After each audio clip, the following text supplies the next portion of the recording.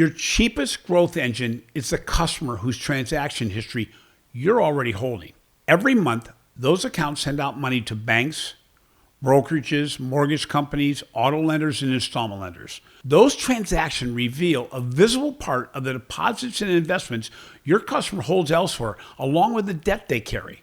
At the customer level, that's a flow of funds analysis. It won't tell you everything a customer owns or owes, but it will show you where the money is going, how often it moves, and which outside relationships are active. Your board already sees what you spend to acquire a new account. Put another number next to it. How much did your existing customers send to competing financial providers last year? My pragmatic take is that you already paid to acquire those customers. The opportunity is to use evidence you already own to earn more of that overall relationship. Think about how we fund growth. Acquisition campaigns, rate promotions, new checking offer with a cash bonus attached to it. Almost all of it is aimed at people who don't bank with us yet. And the number we grade that against usually flatters us. Most institutions don't use a fully loaded acquisition cost. The prospect offers, the general marketing aimed at those prospects, the operational cost of operating the account, a lot of it never makes it into the calculation. Here's the figure worth holding on to. The financial brand has reported that 34% of new accounts leave within the first year. Meanwhile, your competition for the rest of the relationship keeps getting easier for them to attain. Research from the Bank Policy Institute found that between 2016 and 2022, non-banks gained share in credit cards, personal loans, and personal lines of credit, while banks also lost ground with brokerage accounts, savings accounts, and mutual funds. Even among customers using only one provider in a category, non-banks gained share, which suggests replacement rather than addition. So we're funding the expensive side of growth while the rest of the relationship gets built somewhere else. Your customer has a balance sheet, assets and liabilities, the same as you do. And you're usually only holding on to one or two lines of it. Think of what sits elsewhere as the balance sheet of opportunity. You can't see all of it, but a meaningful part leaves a trail through the accounts you already have. On the deposit side, that trail is outbound transfers. A payroll deposit followed 2 to 3 days later by a round dollar transfer to another institution. Repeated moves to a brokerage, no credit bureau reports any of that. You may be the only one positioned to see it. On the lending side, it's the recurring debits, auto, card, mortgage loan, student loan, an installment plan. Every one of those is a form of credit someone else underwrote for a customer you had already acquired and paid for. That's one balance sheet rather than two separate analyses. And a lot of those lines were organic growth opportunities that went to a company that had to buy the customer first. From what I've seen, many banks and credit unions have never assembled this consolidated view at all. The data's been sitting across the core and card processors for years, but nobody has put it together. The largest and most sophisticated institutions have probably assembled it and review it regularly. Different starting points, but the same result for the customer, which is usually no offer. Knowing something and doing something aren't the same, and the value is in the execution. Let me share my personal story. My personal financial institution sees a transfer to my Acorns account several times a week. It also sees a monthly transfer to Charles Schwab. It sees my Rocket mortgage payment every month, and it sees my Ally card payment the same amount on the same day every month. My business bank sees me move money over to my personal account twice a month and does nothing in return. Both of those are top 5 institutions in this country. I can't know what either one of them sees internally, but neither one of them has ever offered me a better alternative to what they already know I'm doing elsewhere. And I'm the household we all say we want. Long tenure, direct deposit, several products, money moving every week. Traditional cross-sell usually starts with a propensity score. The flow of funds analysis I'm describing starts with a relationship that the transaction history has already pointed to.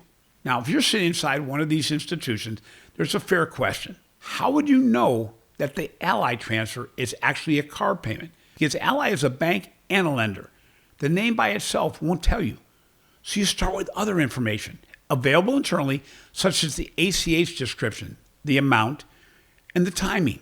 Servicers usually provide that description filled with notations like loan payment or auto pay. A consistent debit amount to an auto lender on the same day every month looks very different from a round dollar transfer to a brokerage a few days after payday. Same amount, same day, every month, and now you have a strong signal. Some entries will remain unclear, so you can leave those out. You don't need a perfect classification to find the largest and most repeated opportunities, which makes this balance sheet and pricing decision before it becomes a marketing campaign. Two things come out of this. The first is that organic growth is cheaper than acquisition from a prospect, and the gap is wider than we think because the acquisition number is understated and roughly a third of new accounts leave in the first year. It's also growth you can begin sizing before you spend because the volume, the frequency, and the timing are already visible. The second matters more if you're a community bank or credit union. Two of the largest banks in the country had every advantage here. But from my side of the relationship, the outcome was identical to an institution that never ran an analysis at all, which tells you something about the deciding factor, which is execution. And you're closer to this than you probably think. The customer's been showing us where the rest of the relationship sits every month. That's the foundation to what a primary financial relationship actually looks like. And a balance alone never measures it. So what do you think you can do with this? Three things. The first depends on where you're starting. If you've never assembled the view, build it for one segment instead of the entire organization. Start with 12 months of transaction history, ACH, checks, wire transfers, card, and debit activity, paired with a destination of institution names. If you already pull bureau data on existing customers, pair that as well and check with your compliance officer to determine how you're permitted to use it. A few thousand long-tenured households, one analysis, one quarter. If you already have the view, start here instead. Every opportunity needs three things: a signal, an owner, and a defined customer action. Repeated auto payments trigger refinance review. Repeated round dollar transfers to an online savings institution after payroll creates a savings or relationship pricing trigger. Without a focus on execution, you'll produce an excellent analysis that leads nowhere. And don't let anyone turn annual loan payments into refinanceable balances on the first pass. Finally, move the defined share of next year's acquisition budget over to the mission of organic growth and let those lists tell you where it should go. And one guardrail on all of it.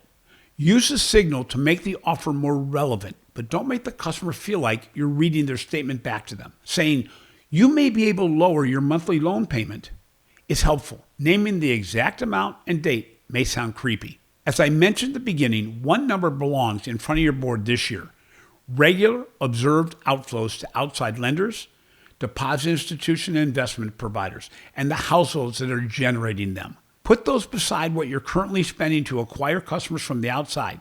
They're different measures, but seeing them together exposes your organic opportunity. We keep paying to find new growth while overlooking the financial needs of the customers we already paid to acquire. Your cheapest growth engine is the customer whose transaction history you're already holding. The question is whether your organization will execute a plan against this great opportunity. If you want to talk through any of this, reach out to me in comments below, by email, or even by text.